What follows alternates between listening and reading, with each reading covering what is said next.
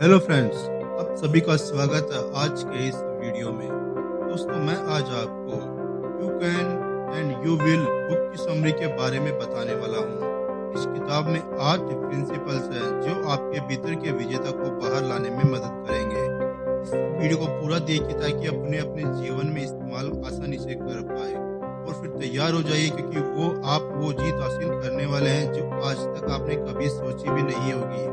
आप कर सकते हैं और आप करेंगे। तो इस वीडियो को पूरा देखिए। शुरुआत करते हैं चैप्टर नंबर 1 से। अपना लक्ष्य अपने सामने रखें। ये बात अध्ययन में सामने आई है कि जब आप किसी चीज को बार बार देखते हैं तो वो चीज आपके अवचेतन मन में गहराई से बैठ जाती है।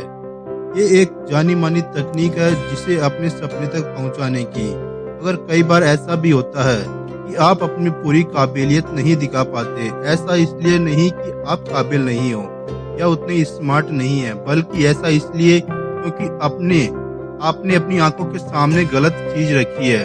कुछ ऐसा चुनिए जो आपके सपने से मेल खाता हो। उदाहरण के लिए, अगर आप एक मेडिकल स्टूडेंट है तो आप अपनी मेज पर एक प्लास्टिक की खोपड़ी स्कूल रखें। फिर और जब भी आप पढ़ने के लिए बैठेंगे तो आपके सामने वो प्लास्टिक की खोपड़ी होगी जो आपको आपके लक्ष्य की याद दिलाती रहेगी और आपको ये याद रहेगा कि आपको जिंदगी में क्या हासिल करना है। इसका आपकी पढ़ाई पर एक सकारात्मक असर पड़ेगा, क्योंकि ये आपको हमेशा के लिए आगे बढ़ने के लिए प्रेरित करती रहेगी। मान लीजिए कि आप शादी करना चाहते हैं तो आप अपने घर को खाली चित्रों से भर दें। अब जहाँ कहीं भी आप जाएंगे उन खाली चित्रों पर आपकी नजर पड़ते ही आपका शादी करने का इरादा और भी मजबूत होता जाएगा। और अगर कोई आपसे पूछे कि खाली चित्र किस लिए है तो कहिए उस पत्नी के लिए जो मेरे जीवन में आने वाली है। अगर आप ये सोच रहे हैं कि आप छोटे सपने देख रहे हैं ना कि बड़े, क्योंकि आप भगवान को तकलीफ नहीं देना चाहते, ताकि ऊपर वाले को आसानी हो आपके छोटे सपने पूरा करने में, तो यकीन मानिए ये सच नहीं है, बल्कि ये इसके एकदम उलट है। जब आप बड़े सपने देखते हैं तो ऊपर वाला खुश होता है। सारे बंधन तोड़ दीजिए, कहिए मैं अभी नहीं जानता कि ये कैसे होगा भगवान, मगर मैं ये जानता हूँ कि ये जब भी होगा तुम्हारी मदद से होगा। भगवान पर असीमित विश्वास रखकर ही आप उसे प्रसन्न कर सकते हैं, चाहे परिस्थितियाँ कितनी भी अजीब लगे। खुद को विश्वास दिलाए कि सब कुछ ठीक है, क्योंकि भगवान की शक्ति अपरंपार है। हमारे साधन, परिस्थितियाँ या शिक्षा कोई मायने नहीं रखती। जब भगवान हमारी इच्छा पूरी करना चाहे, जो हम मांगते हैं प्रभु उससे बढ़कर ही हमें देता है। बस अगर आपका उस पर पक्का विश्वास हो तो। और अपने सपनों को कभी मत भूलिए, हार कभी भी मत मानिए। भगवान का आशीर्वाद सदा आपके साथ रहेगा। इस बात की अगर आप कल्पना भी नहीं कर सकते तो मत कीजिए।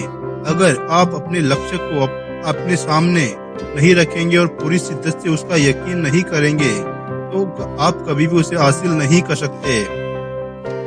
हिल्टन होटल्स के फाउंडर कोनार्ड हिल्टन ने एक दिन एक लेख पढ़ रहे थे जो न्यूयॉर्क के वालरोप एक्टोरिया होटल के बारे में था। वो इस बात से बेहद प्रभावित हुए कि वो होटल कितना बड़ा और शानदार था, कितना सुंदर है वो होटल।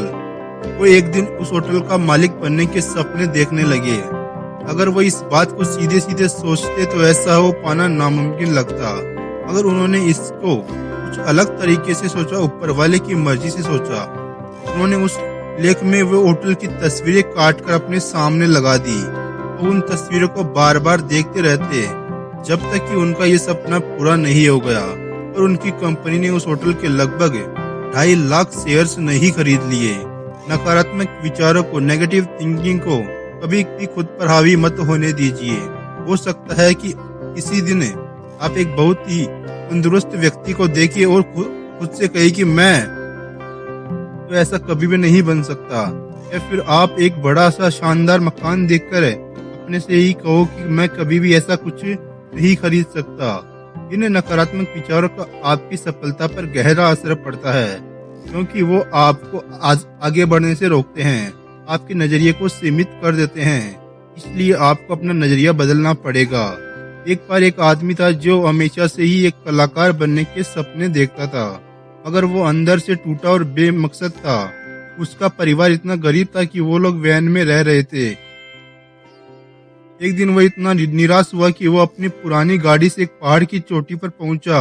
वो नीचे झांक कर देखा, उसने कुछ ऐसा किया जिसके बारे में उसने कभी सोचा भी नहीं था। वो गाड़ी से उतरा और खुद के लिए $10 मिलियन का चेक लिखा।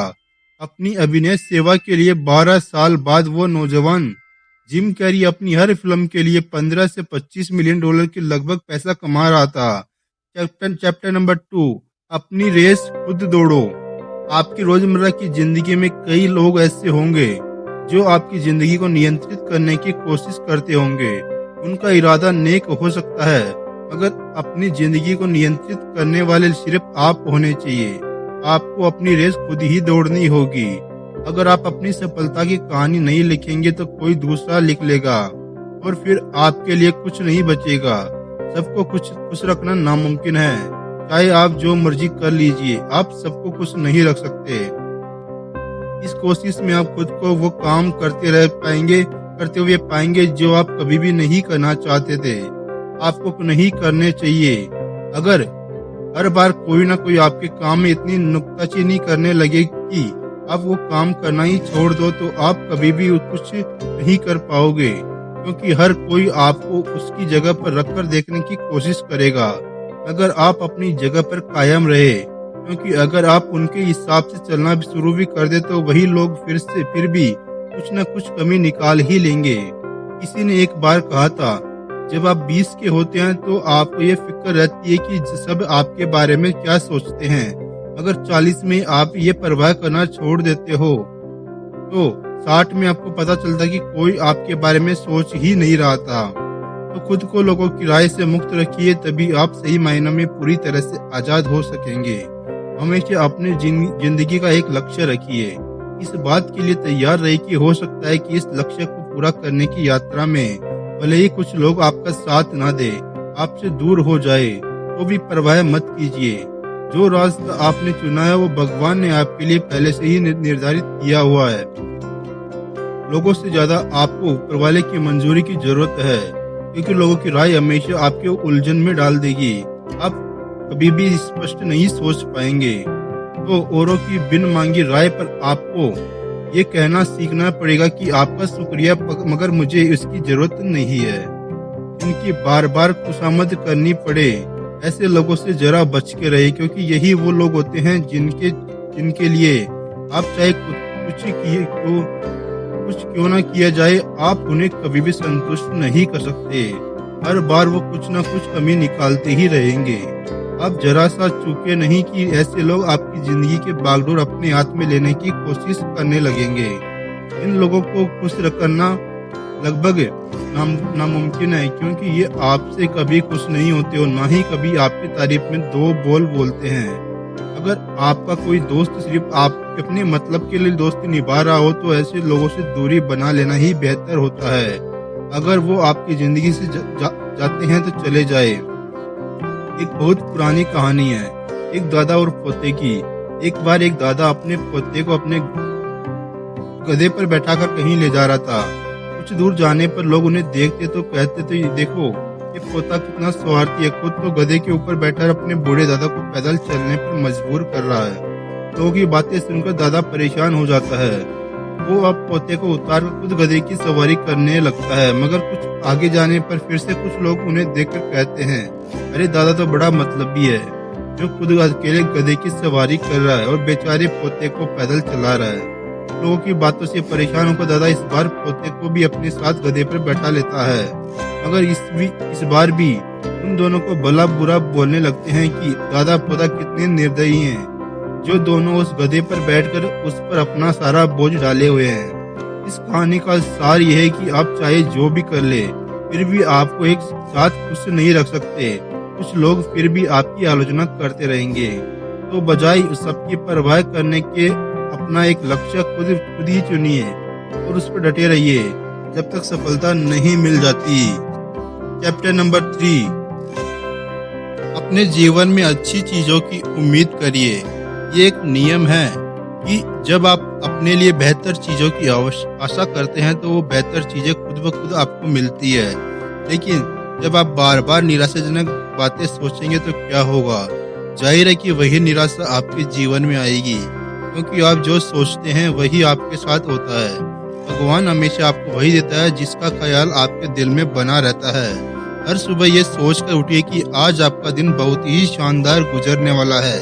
इस सोच के साथ दिन की शुरुआत करेंगे तो पाएंगे कि आपने सोचा था वही आपको मिल रहा है। अगर आप किसी परीक्षा के लिए जा रहे हैं तो उम्मीद कीजिए कि आप उसमें बहुत अच्छा करने वाले हैं। ऐसा सोचने से न सिर्फ आपका हौसला बढ़ेगा बल्कि आप में एक नए उत्साह का संचार भी होगा जो आज से पहले कभी नहीं था। कुछ लोग हमेशा ही निराशा से घिरे रहते हैं। वे अपने बारे में कभी कुछ अच्छा सोच ही नहीं पाते। मैं कभी वजन कम नहीं कर सकता, उस पार्टी में मुझे कोई पसंद नहीं करेगा, मुझे कभी किसी का सच्चा प्यार नहीं मिल सकता। ऐसे लोगों को लगता है कि उनके ऐसा सोचने से काम आसान हो जाएगा, क्योंकि अगर उनके साथ कुछ अच्छा नहीं हुआ तो वो बोलेंगे, देखा मैंने तो पहले ही कहा था। और अगर कुछ अच्छा हो गया तो वे बहुत हैरान रह जाएंगे कि आखिर उनके साथ कैसे हो गया। हालांकि निराशावादी लोगों के साथ कभी कुछ अच्छा नहीं होता है। अगर आशा करने के बावजूद आपके साथ अच्छा नहीं हुआ तो आप चाहते तो भी निराश ना हो। फिर से कोशिश कीजिए और तब तक करते रहिए जब तक सफलता आपके हाथ नहीं लग जाती। जरूरत है तो बस यही कि हर उस बाधा को अपने रास्ते से हटा दीजिए जो आपको आपकी मंजिल तक पहुंचने से रोक रही है। अनेक अध्ययनों से ये सामने आया है कि आशावादी और निराशावादी विचार दोनों हमारे दिमाग के दो अलग अलग हिस्सों की देन है। आशावादी विचारों की तुलना में निराशावादी विचारों को प्रोसेस करने में ज्यादा वक्त लगता है और शायद यही वजह है कि निराशावादी विचार हमारे दिमाग में लंबे समय तक रहते हैं। उदाहरण के लिए आप इस बात को कभी नहीं भूल पाएंगे कि आप परीक्षा में फेल हुए थे, बजाय इसके कि कभी आप पास भी हुए होंगे। इस तरह नकारात्मक विचारों का हमारे दिमाग में गहरा असर पड़ता है। किसी ने आपके लिए कभी कुछ ऐसा किया था जिससे आपके दिल को बेहद खुशी हुई। ये बात आपको अचानक एक दिन अपने काम के दौरान याद आती है। उस घटना को याद करके आप मुस्कुरा उठते हैं और एक बार फिर से अपने जेहन में उस पूरी घटना का चित्रण करने लगते हैं। आप दोगुने जोश से भरकर अपने काम में जुट जाते हैं क्योंकि आपका मूड अच्छा हो गया। तो देखा आपने कि कैसे ये आशावादी विचार आपको और भी बेहतर करने के लिए प्रेरित करते हैं, और ये भी मुमकिन की बीते हुई कड़वी यादें आपको और भी उदास कर दे। फिर होगा ये कि उसका असर आपकी क्षमता और काबिलियत पर पड़ेगा। अपने दिमाग को आप एक टीवी सेट की तरह समझिए जिसमें बहुत से चैनल है। कुछ चैनल आपकी मधुर यादों से जुड़े हैं तो कुछ कड़वी यादों से। अब इस टीवी का रिमोट अपने हाथ में रखिए।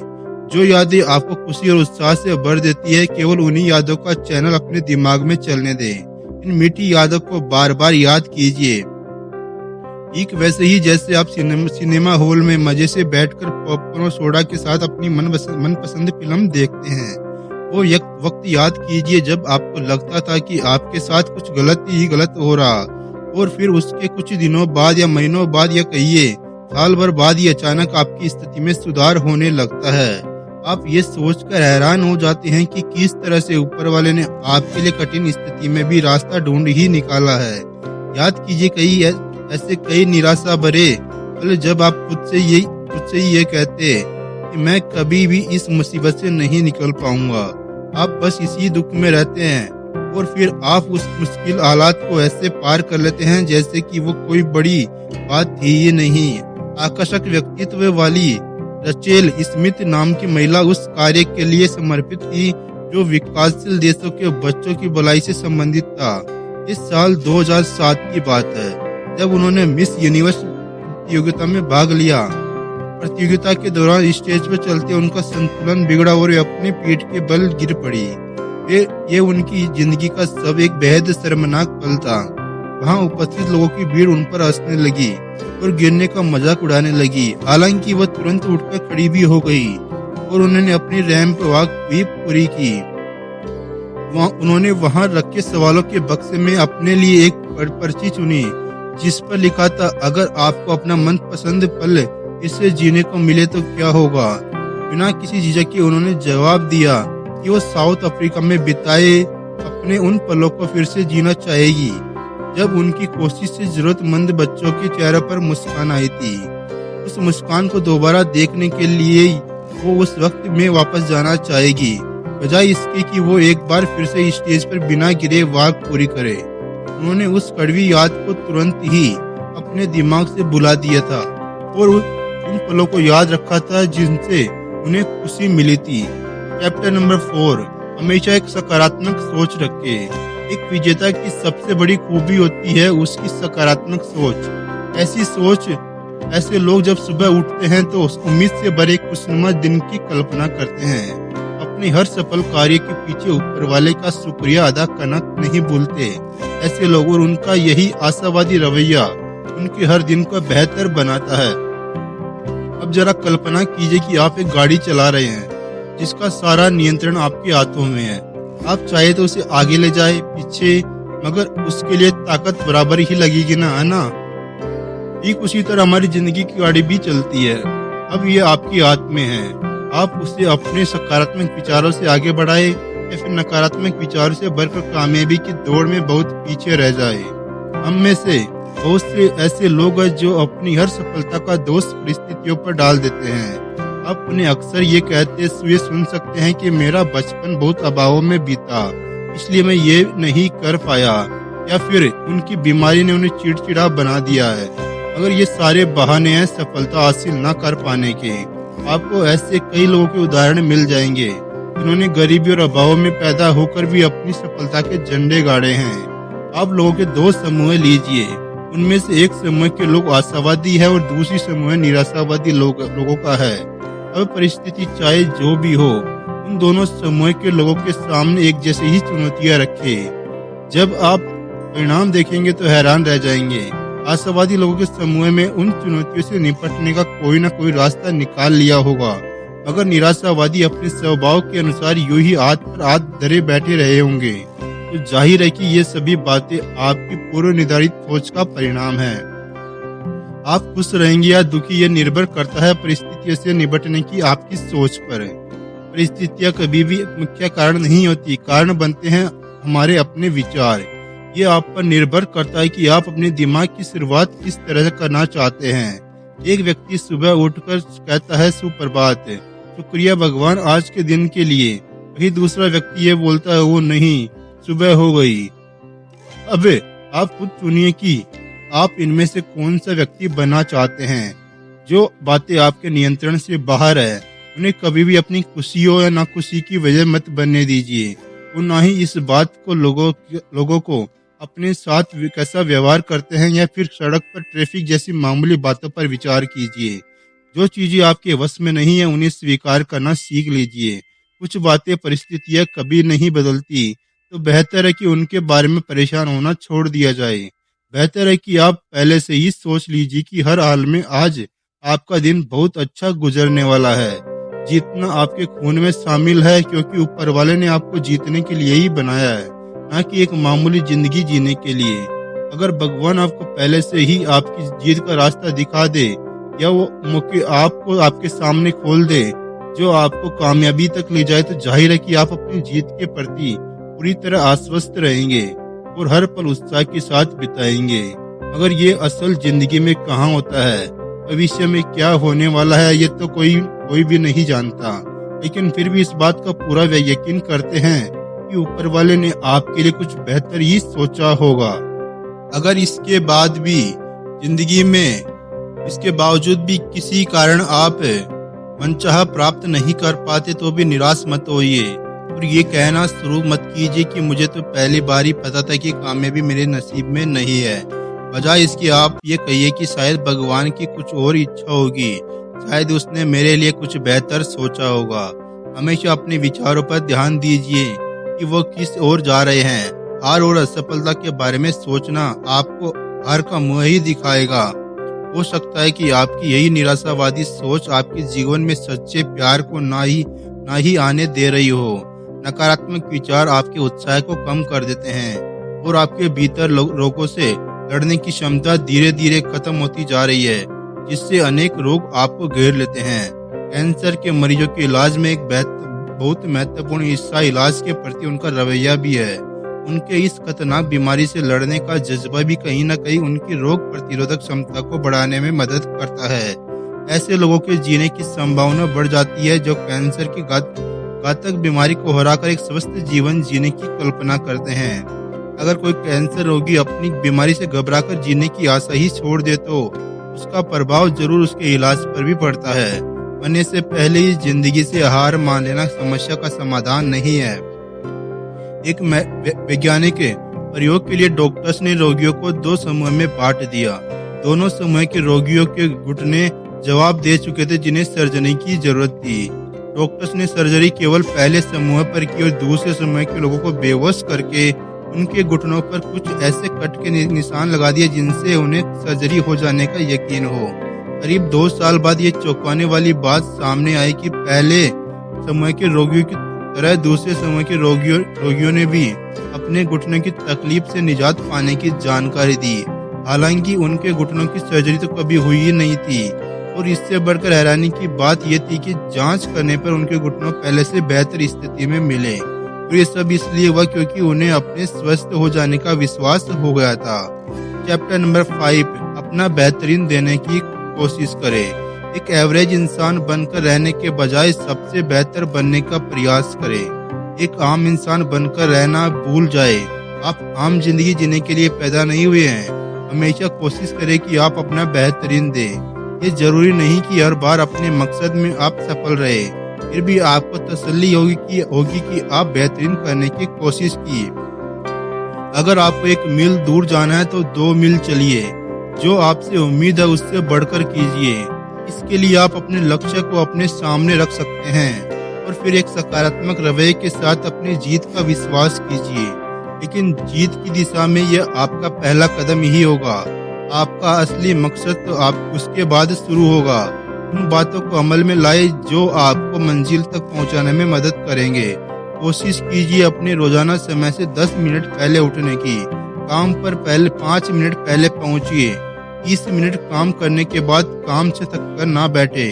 सफलता और काम में तरक्की हासिल करने का यही एक रास्ता है। आज जिस दौर में हम रह रहे हैं वहाँ प्रतिस्पर्धा इतनी अधिक है कि अगर हम कड़ी मेहनत नहीं करेंगे, नई चीजें नहीं सीखेंगे, खुद में सुधार नहीं लाएंगे तो सफलता की इस दौड़ में बहुत पीछे रह जाएंगे। हर रोज सोने से पहले अपने पूरे दिन भर को याद कीजिए। खुद से सवाल करें कि क्या मैं साधारण हूँ या कुछ बेहतर करने की कोशिश कर रहा हूँ। कुछ ऐसी जगहों में जहाँ पीने का पानी बिल्कुल भी उपलब्ध नहीं है, वहाँ पर भी लोगों ने उस जगह को बिल्कुल साफ सुथरा बनाकर रखा है। आखिर ऐसा क्यों? क्योंकि हालात चाहे जैसे भी क्यों न हो, वे लोग भगवान की दी हुई चीज का पूरा सम्मान कर रहे हैं। ऊपर वाले की दी हुई हर चीज की कदर करें, फिर चाहे वो आपका पुराना घर ही क्यों ना हो।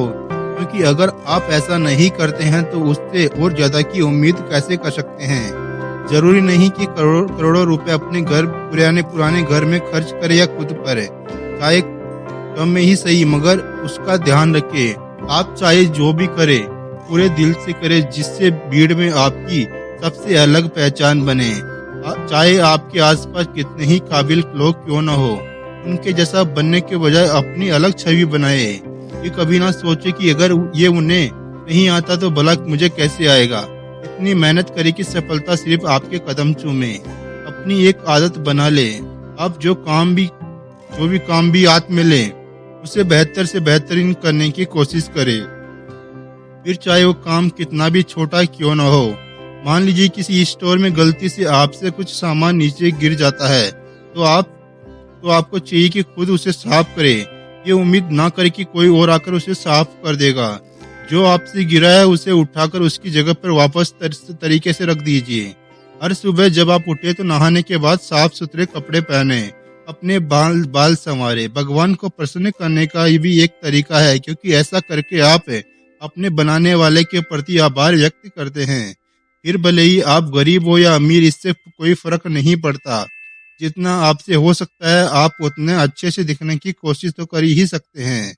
जब आप कुछ नेक काम करते हैं तो ये सोच के मत कीजिए कि ऐसा करना आपकी मजबूरी है या फिर कोई आपको देख रहा है, बल्कि उसे दिल से चाहते हुए कीजिए। कुछ ऐसे काम जो आपके ना चाहते हुए करने पड़ते हैं, उन्हें भी ऐसा सोचकर कीजिए कि भगवान के नाम पर आप वो कर रहे हैं। यकीन मानिए कि एक न एक दिन भगवान आपको उसका इनाम जरूर से जरूर देगा।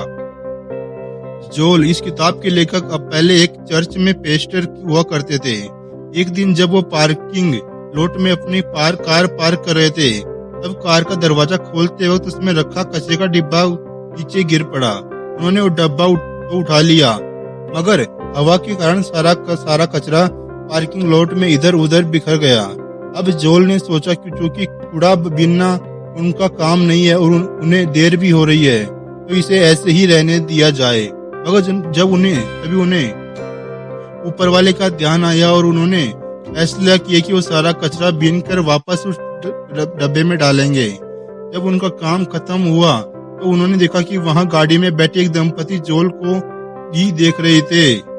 उन्होंने गाड़ी की खिड़की खोली और जोल को बताया कि वो जोल को चर्च में देख चुके हैं और आज वे जोल को इस स्थिति में देखकर जानना चाहते थे कि आखिर जोल करते क्या हैं। कहना ना होगा कि जोल ने भगवान का शुक्रिया अदा किया जो उसने उन्हें शर्मिंदा होने से बचा लिया, और इस तरह भगवान ने उनकी नेकी का फल दिया।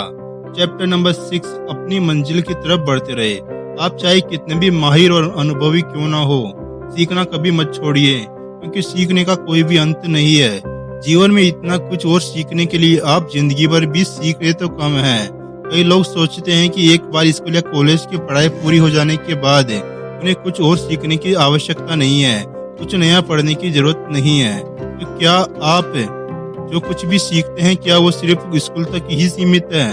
नहीं, बिल्कुल नहीं, क्योंकि सीखना कभी खत्म नहीं होता। ऐसी कई चीजें होगी जो आपने अब तक नहीं सीखी होगी।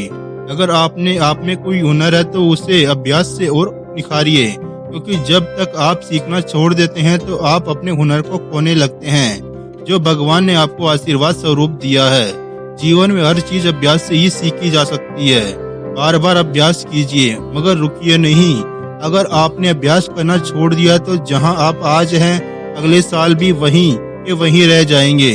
आप नहीं तो कोई और आपसे आगे निकल जाएगा और आपको पूरे एक साल के लिए पछाड़ देगा।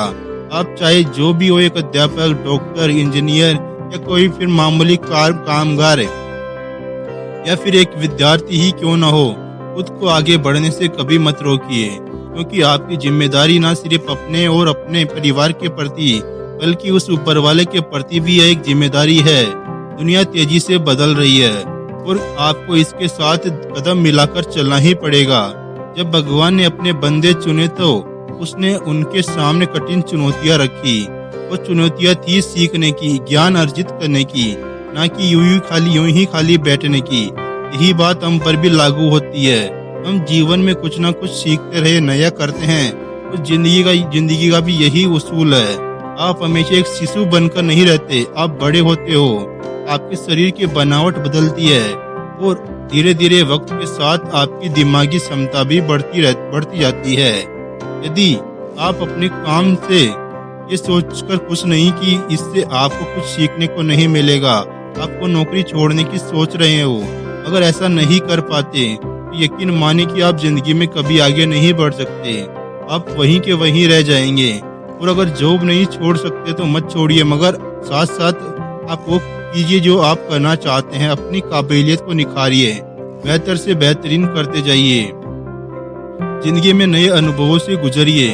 अपना वजन कम करना चाहते हैं तो कीजिए, कुछ भी कीजिए, मगर कोशिश करना मत छोड़िए। आपकी काबिलियत ऊपर वाला जानता है, इसलिए वो आपके सामने नई चुनौतियां भी खड़ी करेगा और तरक्की के नए दरवाजे भी खोलेगा। कभी मत सोचिए कि आप अपना वक्त बर्बाद कर रहे हैं या बस वक्त गुजार रहे हैं। बस जो भी करे पूरे दिल से करे, और अगर वो करना आपकी मजबूरी है तो भी उसे बेहतर बनाइए, क्योंकि आप कभी नहीं जान सकते कि ऊपर वाला आपको कब बेहतर मौका दे दे। दिन के 24 घंटे में से बस 2 घंटे अपने लिए निकालिए। इस वक्त में आप नई चीज सीखे, अपने हुनर को निखारे। मान लीजिए कि आप डॉक्टर है तो अपने पेशे से संबंधित आलेख पढ़े, इलाज के अलग अलग तरीकों का अभ्यास करें। खतरे मोल लेने से डरे नहीं, क्योंकि आपके पास खोने के लिए सिर्फ डर है, और अगर सफल हुए तो कामयाबी आपके साथ होगी। याद रखिए कि जो खतरे मोल लेता है वही खुद को बेहतर बना सकता है।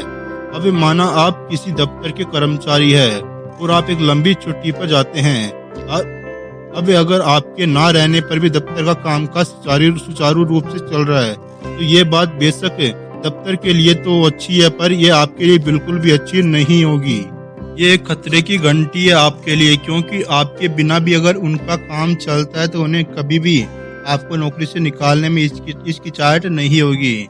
जब दुनिया को आपके होने ना होने से कोई फर्क नहीं पड़ता तो आप में कोई भी काबिलियत नहीं है। आप कुछ भी ऐसा नहीं कर रहे जिसका असर लोगों पर पड़ता हो।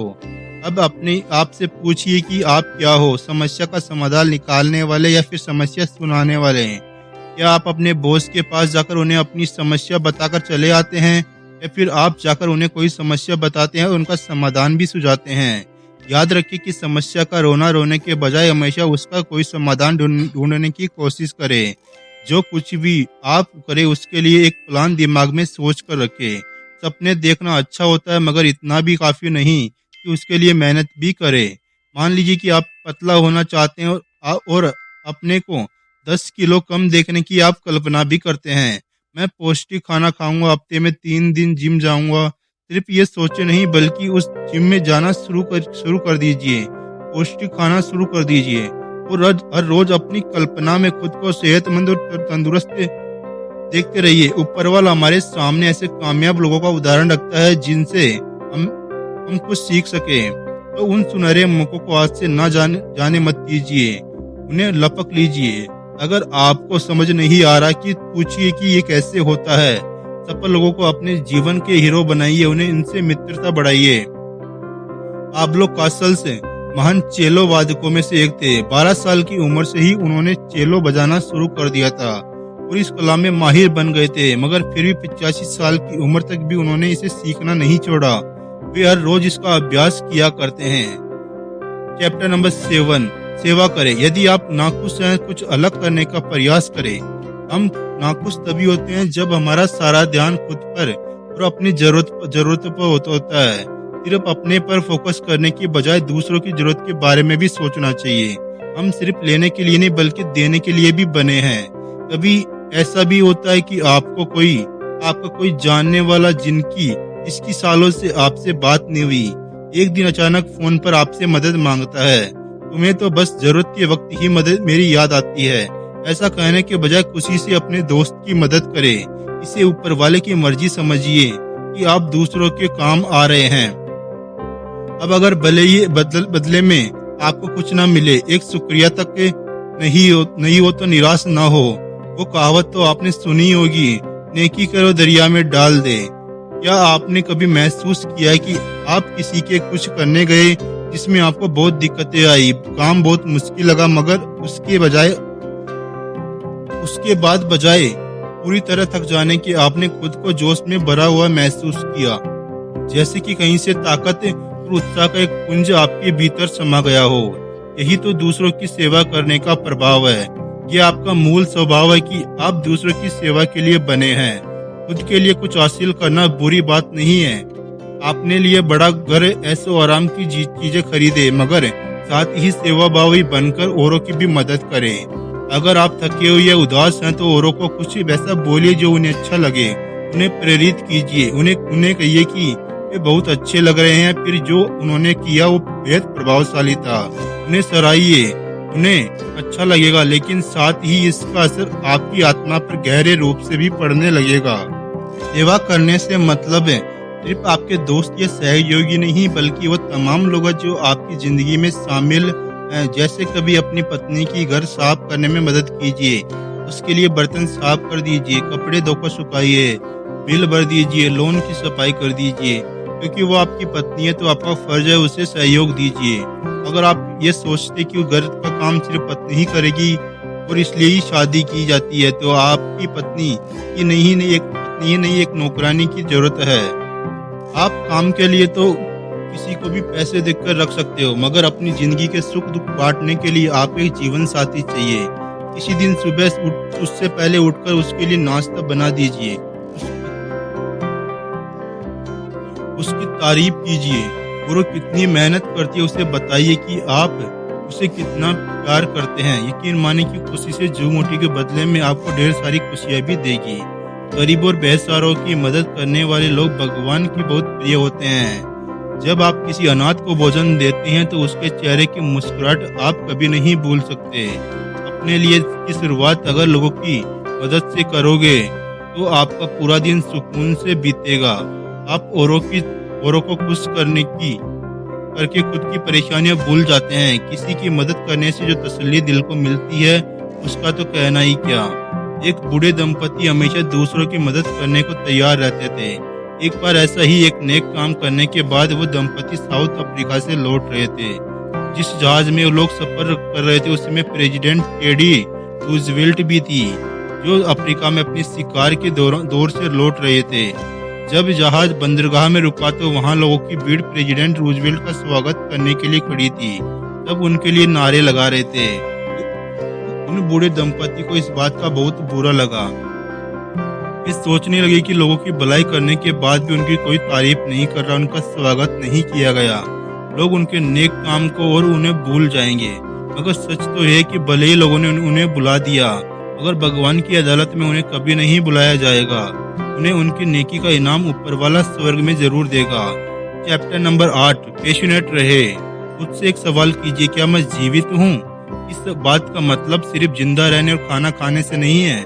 इस बात को गहरे से सोच कर देखिए, आपके क्या लक्ष्य हैं? आपने अब तक क्या हासिल किया है? जीवन के प्रति आपका नजरिया कैसा है? क्योंकि इन्हीं सब बातों से निर्धारित होगा कि सही अर्थ में जिंदगी के सही मायने आखिर क्या है। भगवान ने आखिर कुछ सोच कर ही हमें इस धरती पर भेजा है। हमें अपने जीवन में कुछ अर्थपूर्ण करे तो तरक्की की राह में आगे बढ़े। अध्ययन से पता चला कि जोशीले लोग हमेशा बेहतर कार्य करते हैं और औरों की तुलना में उनकी तरक्की भी जल्दी होती है। ज्यादातर वे खुशहाल जीवन जीते हैं। आपको अपने जीवन में एक जोश की जरूरत है। आगे बढ़ने के लिए बहुत जरूरी है। मगर अगर आपके पास बहुत अधिक नहीं है तो भी ऊपर वाले का धन्यवाद करते हुए हर पल को जोश के साथ जिए।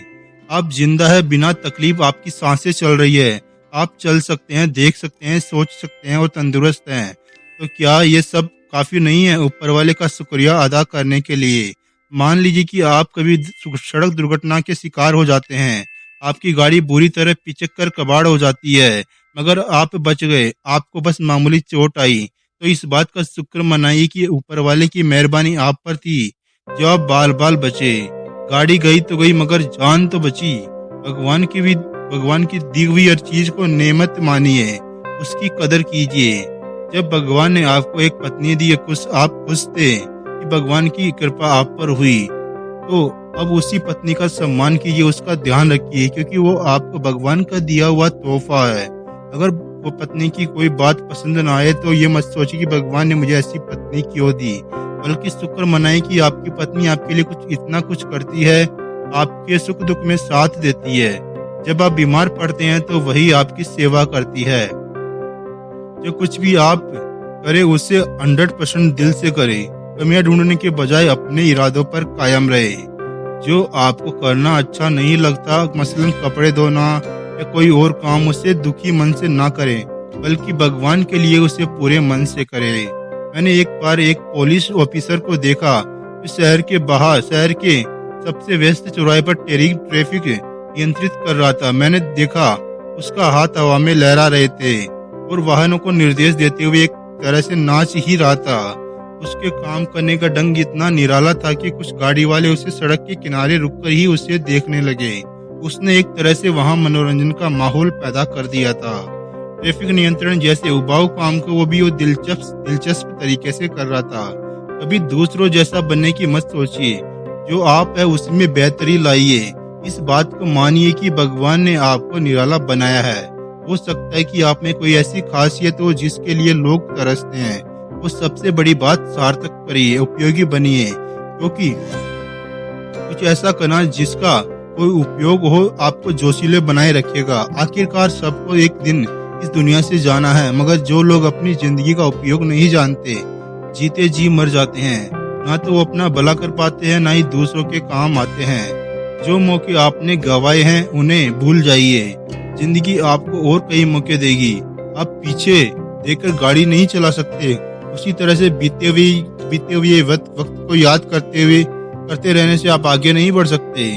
जब हम सभी अपने जीवन में कभी ना कभी पछतावे नाकामयाबी के दौर से गुजरते हैं, अगर उन बीती बातों का धूल डालकर आगे की ओर देखना चाहिए। एक 40 वर्षीय महिला की ओपन हार्ट सर्जरी हुई। ये एक बहुत ही जटिल प्रक्रिया होती है, फिर भी हर साल 2,30,000 से भी ज्यादा ओपन हार्ट सर्जरी होती है। सर्जरी हो जाने के बाद उस महिला का दिल नहीं धड़का, यहाँ तक कि खास दवाइयों का भी असर नहीं हुआ। सर्जन ने हर संभव कोशिश की, मगर वो दिल को दोबारा धड़काने में असफल रहा। वो इसे मरीज का भाग्य समझकर हार मानने ही वाला था कि उसने एक अंतिम बार कोशिश की।